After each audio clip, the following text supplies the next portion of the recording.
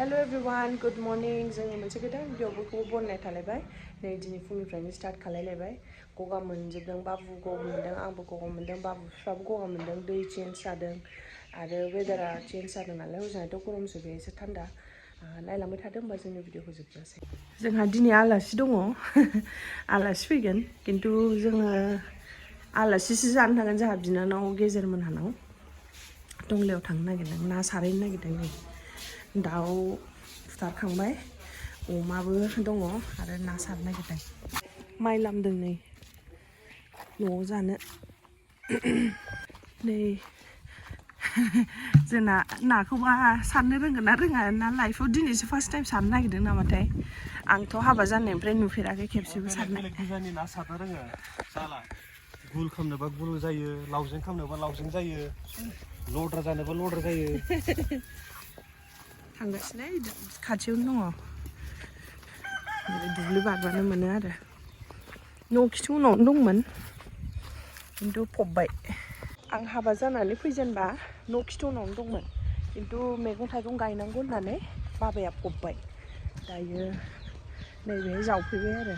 खिथु उनाव दुब्लि बारनानै आरो माइ जमा खालामदों ना सारनो नागिरदों आलासि फैगोननो नै मोनफैबाय बेबो जोंहानिनो हाया हाखांजोब्बाय जोंनिया हाखांनानै सोबायबो बस्थायाव किसुमानखौ आरो दाबसे जायगायाव दंबावो बेनिखौलाय दिनैसो मारा होगासिनो बेहायनो थांदों बाबाया नै खख्लिं गायनानै दोनदों आयु आं दिनैसो फैदोंहाय हजोंनिफ्राय फैनायनिफ्राय फैयाखैमोन नाया खिन्थु बिराद दङ बाबुनि बार्थडेआव ना फुरा नाखौ बिनिफ्रायनो होदों फुख्रिनिफ्रायनो 30 केजि ओंखारदों 30 केजि आरो दाबो दंबावोसोनो गिदिर गिदिर चान्दा नायानो फुरा काबजा खालायनानै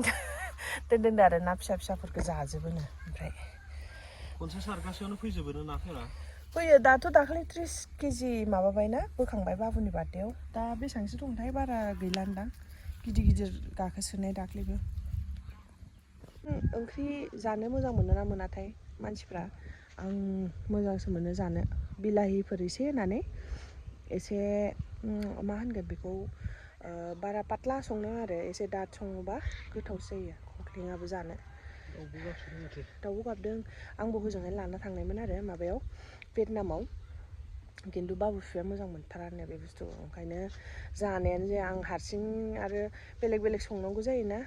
बेनिखायनो उनाव ओमफ्राय फैनोसै लागायाव नायबा गाज्रि जाजोब्बाय गाहरनांबायसो माबा एम्फौ जाजोब्बायमोन आरो बेनिखायनो गाहरस्राबाय आङो दोनासै गगाया हले गोग्गोम मोनबाय बाबुखौ दिनै दा आलासि जानो थांगोन नालाय टंलायाव ओमफ्राय डक्टरनाव देखायलांनो सानदों एसे खारन गगा मोननाय गुजुनाय जागासिनो सानावलाय गुजुआ खिन्थु हराव गुजुयो बे पाक्कायावबो गेलेबाय थानाय जादोंना दाख्लैयो दाथ' थाबायनो रोङाखै मानबायसो नालाय आखाइयाव ग्लभ्स गैया पाक्कायाव आखाइ होबाय थानाय जायो आरो कारपेट बयोबाबो कारपेटआव थाया बियो कारपेटनि बाहेरायावसो थाङो बेनि थाखायनो दा ग्लभ्स गाननानै मानबायो आरो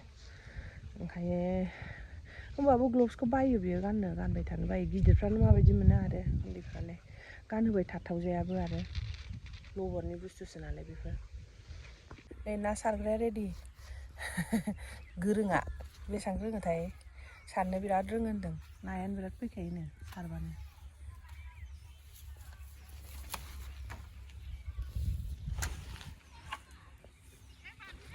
नै दे 1 2 3 गो आयौ गोलैनाय नागिरदों हाट बेनिफ्राय हरबा जानाय नङादां गाहायावसो थांनांगोन बे नायलाय हनै लाथु मानसियानो थांफाबा मा जागोन अखाफोर जादों बेलेग बेलेग डिजाइननि सारनो रोङो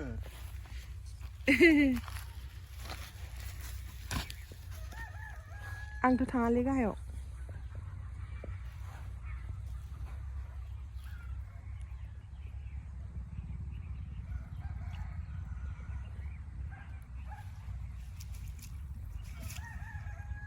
फैदोंना फैयाखैहाय मावाखैनो फैस्रायाखैनो होनदां जाला मावो ना खारबाय फैथाराखै खारबायनो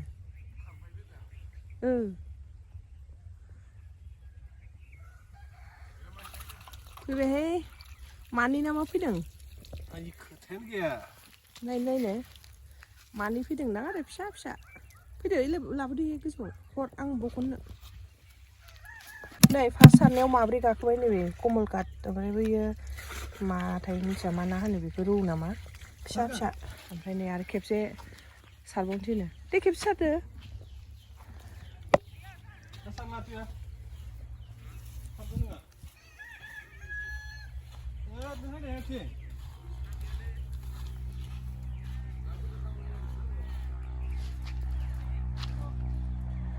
खेबसे होबानो जासिगोनहाय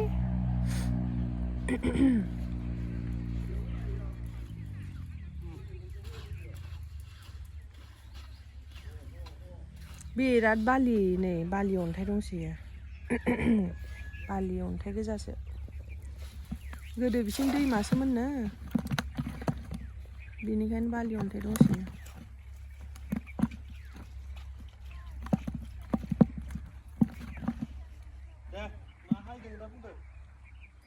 आंनिबाथ' जेबो फैयाखै बे एखे समानानो फैदों बियो नै जोंहा लाटुआ सानसैनो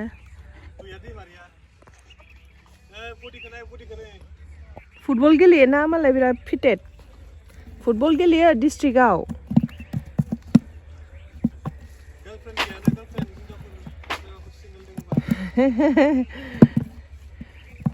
गार्लफ्रेन्ड नाङालै मा फरायफुनायावलाय मानो गार्लफ्रेन्ड नांगौ ने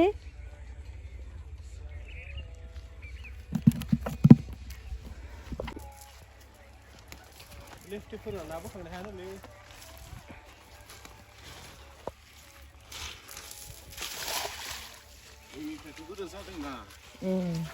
गोजौनिफ्राय गाननाय जायोना मानसिया गोजौबा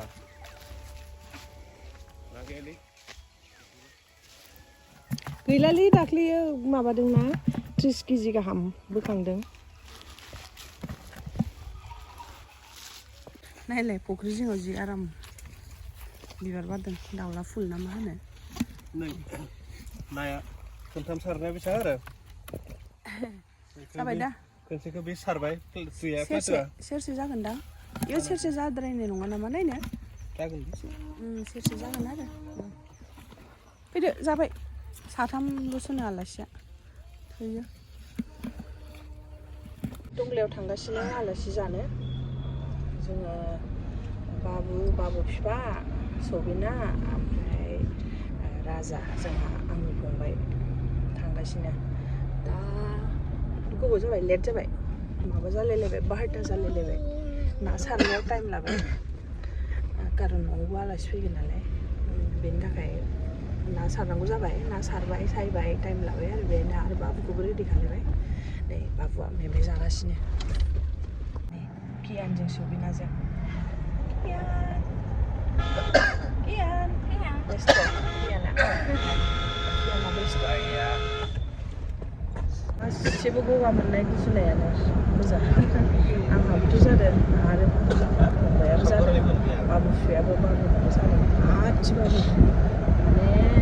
बोथोर चेन्ज जाबाय ना दायो हथातके थान्दा जाना होयो जादों आरो जोङो दिनैनो फैफिनदों दा बेलासियाव फैफिनदों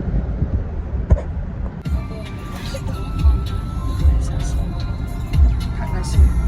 नै जोंहा जाखांनानै फैबाय जानायखौ देखायनाय जायासै मा होनो थारमाने जों हाखु दाखु जानानै फैबाय मामाहाबो माने ट्रेनिं जाबाय थादों बै जों गामि खाथियावनो आरो आम्बागावआव दा मामाया ट्रेनिंआव दंफैयो ओमफ्राय नै जोंहा बे फंबाया मामाखौ लानानै न'आव थांनांगौ आरो बिनि थाखायनो जोङो थाब फैनांगौ जाबाय माम्बार जानानै 1.5 घन्टायावनो फैफिनबाय थांगासिनो दायो न'आव जाबाय माने मेथाइखौ गोसा दामना होबाय फैबाय माबानानै जों मोनफैबाय नै दा थांनोसै हाबनोसै थुदो मामाया नेगासिनो आरो बिमायजों बामजादों कियाना आलासि जाहैनानै सफैफिनबाय एकदम थाब फैबाय जोंहा थारमाने न'नि गारिखौ नैबे गालांनानै ओमफ्राय बिनि गारिजों थांबाय नालाय हजोंहाय आलासि जानो ओमफ्राय दा जोंहा फंबाया मामाखौसो दोननो फैदोंमोन ट्रेनिङाव